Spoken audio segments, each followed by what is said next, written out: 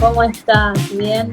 Bueno, justo Bien, ¿sabes? bien. Empecé un poco a hablar de algunas generalidades con la gente, pero hoy vamos a hablar sobre el tema de cómo elegir un psicólogo para ver, bueno, con quién sacamos turno, pues es una pregunta muy importante, ¿sí? Porque ni hablar con las personas sordas, Mónica, recién estaba hablando de la dificultad de encontrar psicólogos que sepan lengua de señas. Eso es mucho más complejo, o sea, estamos hablando ya de una dificultad agregada, ¿sí?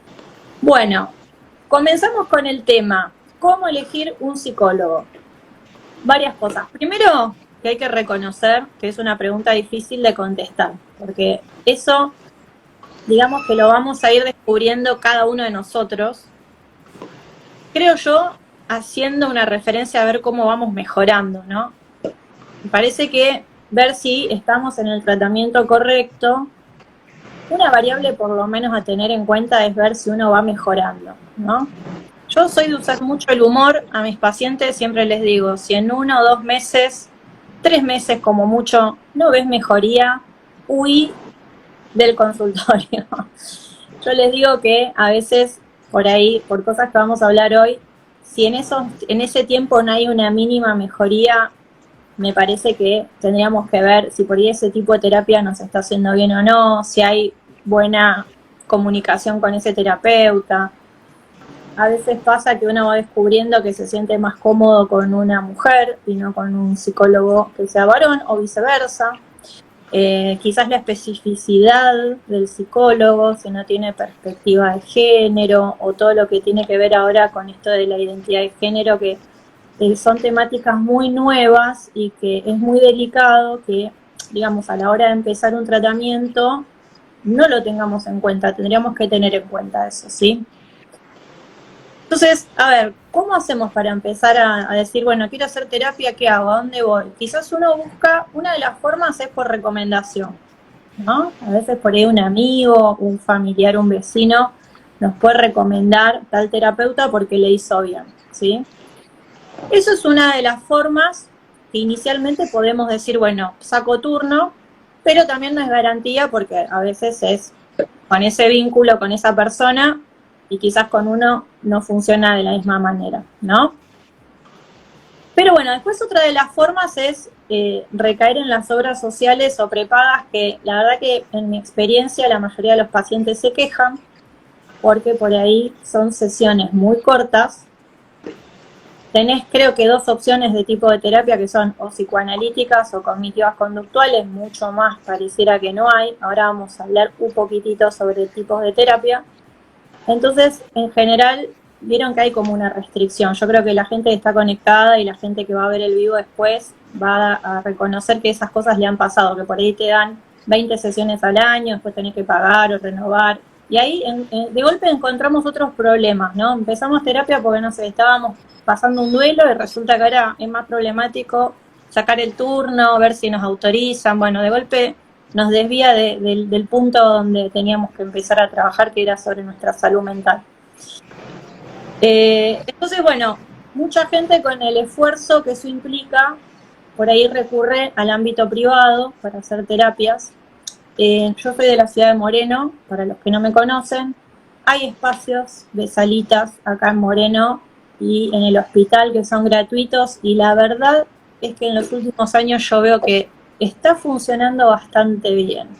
Por otro lado, el tema de las terapias, yo les quiero contar que es muy importante para mí, se lo digo siempre a los pacientes esto. Nosotros, los psicólogos, tenemos un código de ética, ¿sí? Que es una serie de obligaciones que también nosotros como psicólogos tenemos, sobre todo en la provincia de Buenos Aires, por lo menos les hablo, nosotros pertenecemos a la región 14, que dice que una de las cosas que nosotros tenemos de obligatorio los psicólogos es decirle al paciente qué tipo de terapia estamos haciendo. En la primera sesión tenemos que contarles qué modelo teórico estamos nosotros parados a la hora de empezar a trabajar con ese paciente.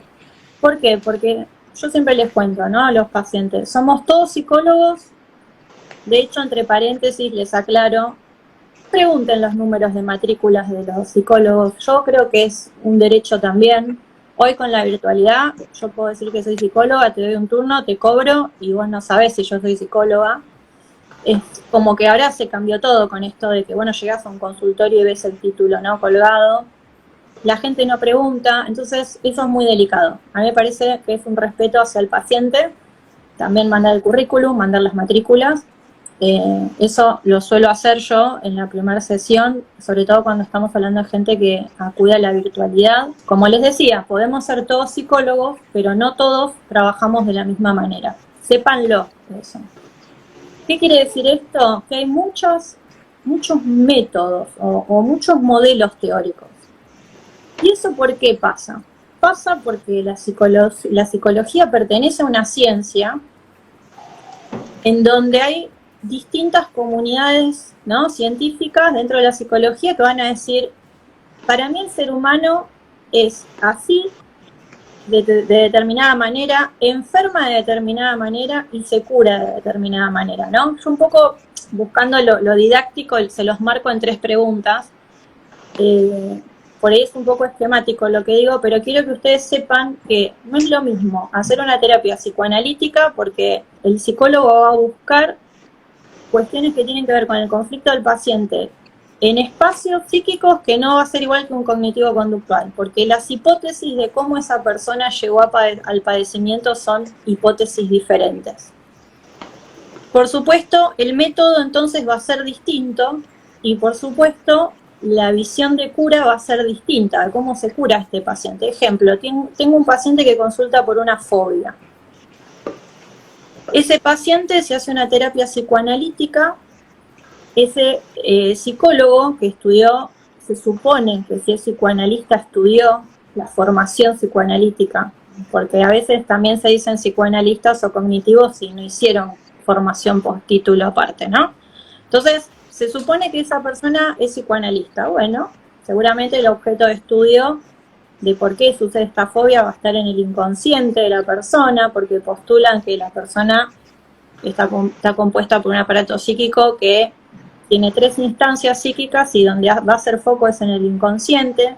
El método es que hablen libremente de lo que quieran, no va a haber un tema que proponga el terapeuta, porque justamente dentro de la hipótesis creen que a través de los chistes, los lapsus, los actos fallidos, los sueños, sale el inconsciente.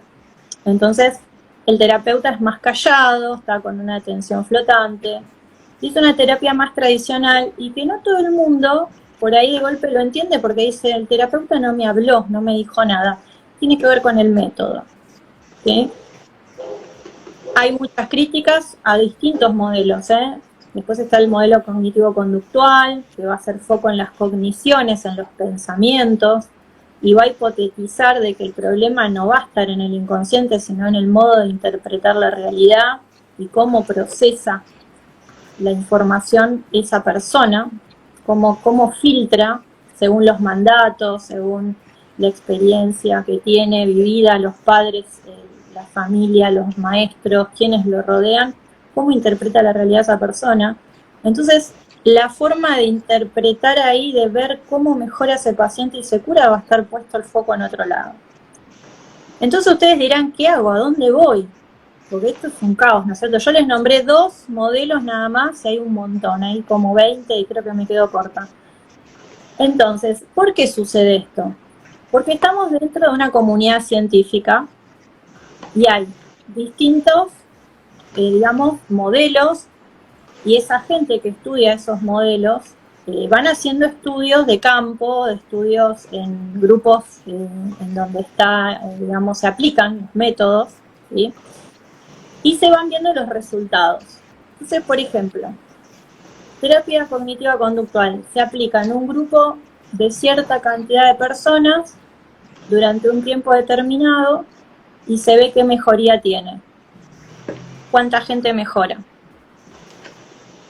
Si el psicoanálisis también hiciera un estudio con grupos de personas con depresión, se hace un tiempo prudencial de aplicación del tratamiento y se ve cuánta gente mejora, qué cantidad de personas mejoran. Se van comparando esos resultados, entonces durante el año, que ustedes buscan en el Google académico, por ejemplo, o en distintas revistas científicas, van a poder tener acceso a decir, bueno, para la depresión hoy, ¿cuál es el método que realmente mejora a la mayoría de las personas? Bien, eso existe, eso está, sépanlo, me parece que es mi responsabilidad como agente de salud mental que ustedes lo sepan. Entonces, vamos a encontrar ahí todas las terapias que están basadas en lo que se le dice evidencia científica, ¿sí? Entonces, por ejemplo, para la depresión, hoy es muy recomendado el tratamiento de activación conductual. Para el trastorno límite de la personalidad, según los estudios que se hicieron, lo recomendado es la terapia dialéctica comportamental.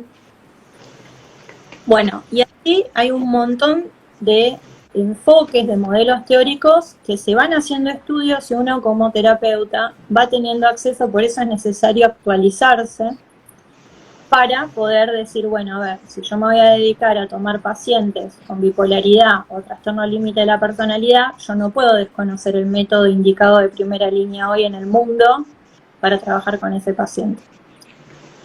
Por otro lado, voy a parecer un poco contradictoria con algo que voy a decir, porque si bien hay terapias basadas en la evidencia, a veces sucede que nosotros tenemos que también ver quiénes son los que hacen esos estudios, porque también a veces hay detrás laboratorios que hacen, ¿no es cierto?, ciertos estudios. Es todo siempre con mucho cuidado, ¿no? Hay que tener mucho pensamiento crítico y reflexivo. Porque también existen otras terapias que siguen siendo, digamos, terapias que ejercen psicólogos, ¿no? Y que por ahí no tienen estudios, así como yo les dije, y que también hay gente que mejora, ¿no? Quizás no estamos hablando de personas que tienen un trastorno severo, por ejemplo, un TOC, ¿no? O la bipolaridad, como les nombraba recién, o una depresión, pero también existen otros modelos teóricos que son respetables, que tienen mucha lectura filosófica, mitológica, y que realmente hay personas que les hace muy bien, ¿sí? Yo tengo acá anotado que hay algo que no me quiero olvidar. Yo tenía un profesor entre tantos ahí en la Universidad de Flores, el doctor Hugo Gatti, un psiquiatra muy renombrado, que un día nos dijo a todos los alumnos lo siguiente. Dijo, existen 3 tipos de pacientes que pueden venir a terapia, ¿sí? Y él dijo, hay un tipo de paciente que es el que viene y que tiene un trastorno, que tiene un problema, ¿no? O sea, una enfermedad puede ser, ¿no? O un trastorno como el TOC, como la bipolaridad. Y a ese paciente, él decía, hay que cuidarlo y curarlo, ¿no? A ver, son es como un juego de palabras, ¿no? Pero él hizo esta distinción de estos 3 tipos de pacientes. Decía, este paciente hay que curarlo porque está padeciendo como una piedra en el zapato. Y con ese tipo de pacientes, como terapeuta, vos tenés que conocer cuáles son los tratamientos basados en evidencia para que sea el tratamiento de primera línea y ese paciente mejore. Porque supongamos que estamos con un paciente con depresión y si aplicamos un modelo de terapia que no necesariamente sabemos si hace tan bien en la mayoría de los casos, esa persona se puede suicidar hasta que lleguemos a los resultados que queríamos, puede perder a toda su familia porque es imposible la convivencia con una persona que tiene ciertos niveles de depresión o de bipolaridad. Entonces es muy delicado, decía él, y este tipo de paciente con este tipo de consulta tiene que tener terapias basadas en evidencia de que es lo que más resulta, ¿sí? Yo siempre digo, si ustedes tienen un problema de corazón, van a ir seguramente a Favaloro, ¿no es cierto? Iríamos todos a donde sabemos que hay especificidad y resultados, ¿no es cierto? No iríamos a cualquier lado y preguntaríamos bien qué nos hacen. Bueno, si ustedes tienen un padecimiento mental, que son cosas invisibles, ¿no? Porque uno cuando tiene un problema de corazón, una alergia y demás, lo puede ver, pero la falta de salud mental es invisible, ¿no es cierto? Bueno, pero no hay que, digamos, menospreciar el delicado, digamos, espacio que ocupa eso en nuestras vidas a la hora de elegir un tratamiento. El segundo tipo de pacientes, decía este profesor, es el paciente que viene por una crisis. Un paciente que se separó, un paciente que por ahí no sabe qué carrera elegir y quiere dejar la carrera que empezó. Bueno, viene por una crisis vital, ¿no es cierto? En algún momento de la vida algo de esto lo moviliza y necesita que se acompañe, ¿no es cierto?, a ese paciente. Ese paciente no hay que curarlo de algo, ¿no? Por decir este juego de palabras un poco que estamos haciendo, ¿no? No hay que curarlo, sino que hay que acompañarlo. Entonces, el tipo de terapia que elija por ahí es más inocuo a la hora de decir, bueno, por ahí pruebo con terapia psicoanalítica, por ahí pruebo con cognitiva conductual, ¿sí? Pruebo con terapias que por ahí son junguianas, ¿sí? Gestálticas, no sé si les dije recién, pero también es muy linda la logoterapia. Y bueno, ese paciente va a ser acompañado por nosotros. Y después está el otro tipo de paciente, que es el paciente que viene por desarrollo personal. Entonces ese paciente es el típico paciente que viene porque le gusta hablar, le gusta filosofar, le gusta hacer análisis de los procesos y los pasos que va haciendo, y son pacientes que también existen, que también lo toman, sobre todo acá en Argentina, que son muy, digamos, fans de hacer terapia psicológica. Acá en Argentina sabemos que somos un montón de psicólogos y un montón de demanda de pacientes. Y ese paciente más que nada hay que cultivar, ¿no? Por ahí como que sería bueno por ahí que el terapeuta tenga un conocimiento de filosofía, de psicología tan profundo que también lo oriente, ¿no? Y que le abra preguntas, y que por eso tiene que ver con esto de cultivar, ¿no? Entonces el tipo de tratamiento también es como más relajado a la hora de elegirlo, porque uno dice, bueno, puedo elegir, voy a probar este tipo de terapia que me dijeron que se trabaja mucho, no sé, por ejemplo, el cuerpo, la Gestalt trabaja mucho con el contacto con las emociones y demás. Y bueno, por ahí prueba, le gusta, por ahí después cambia un tiempo y hace otro tipo de terapia, ¿sí? Así que eso me parece también que es orientativo a la hora de decir, bueno, a ver, ¿en qué situación estoy yo? ¿Qué tipo de consulta es la que yo tengo en este momento? ¿Estoy desorientada como mamá, como papá? ¿Pasa algo con mi hijo adolescente? Y bueno, por ahí estás en la segunda opción, que es más una cuestión de crisis de vida esperable. Y bueno, haces unas consultas y por ahí no vas a estar tan ahí obsesiva viendo qué tipo de tratamiento, pero si hay un padecimiento fuerte como trastornos de pánico, como depresiones, como bipolaridad, es muy importante que los tratamientos sean aquellos tratamientos que estén basados en ciertos estudios donde han habido resultados positivos, ¿no? Y por lo menos que la mayoría de la gente se vea esta mejoría, ¿sí? Existen hace ya unos años, lo que pasa que esto no se informa mucho a veces, pero hay unas terapias que se llaman terapias de tercera generación. Yo fui a estudiar a España esa terapia. Son terapias contextuales, se le llaman, ¿sí? En donde tiene mucho de filosofía budista, es lo último que viene haciéndose dentro de la comunidad científica, dentro de lo que son las terapias cognitivas conductuales, comportamentales. Bueno, es como que cada vez se va mejorando, digamos, los aspectos a trabajar con el paciente, y esas terapias se llaman así, terapias contextuales. Hay referentes mundiales contemporáneos nuestros, uno es Carmen Luciano, el creador de la terapia también es contemporáneo nuestro, es Stephen Hayes, se escribe el apellido para pasarle a Mónica, Hayes. Sí, Hayes. Bien, y con él, bueno, tuve la oportunidad de formarme durante estos últimos años, así que bueno, es una terapia que trabaja mucho el tema de por supuesto, estar en presente, de poder conectarnos con los valores, con las cosas que nos dan sentido a nuestra vida. Es una terapia que se pregunta mucho más en qué cosas te hacen, digamos, levantarte todos los días y tener ganas de respirar y de que te conecta con la vida, y lo que te hace mal y lo que te da malestar no es que se deja a un costado literalmente, pero lo que trabajamos mucho es que la mente puede hacer presente cosas del pasado o puede hipotetizar cosas del futuro todo el tiempo, y eso nos quita absolutamente del presente, ¿sí? Stephen Hayes decía en alguna de las conferencias, uno puede estar 20 años llorando por un ser querido que no está, y eso es gracias a que tenemos mente, y eso es gracias a que tenemos pensamientos. Entonces, esta es una terapia que es posterior a la cognitiva conductual, porque la cognitiva conductual ha tenido la crítica de hacer mucho acento en los pensamientos, y eso ha sido una de las, podríamos decir, fallas más importantes, porque al final se terminaba intensificando más lo que nos hacía mal cuando teníamos pensamientos catastróficos o negativos.